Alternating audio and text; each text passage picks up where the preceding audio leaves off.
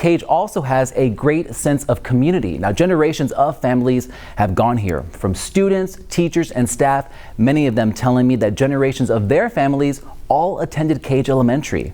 Those family ties and connections even extending to the school's PTO. Now, I talked with one of their members who works on the PTO with her mom, and she not only went to Cage when she was a child, but her child also goes to Cage now. My name is Ashley Guerrero, and I actually came here since I was in pre-K. Very nice. And you're doing this now with your mom, right? Yes. Well, I actually started this because my kid goes here now. She's in pre-K. And her teacher was like, we started with the Thanksgiving.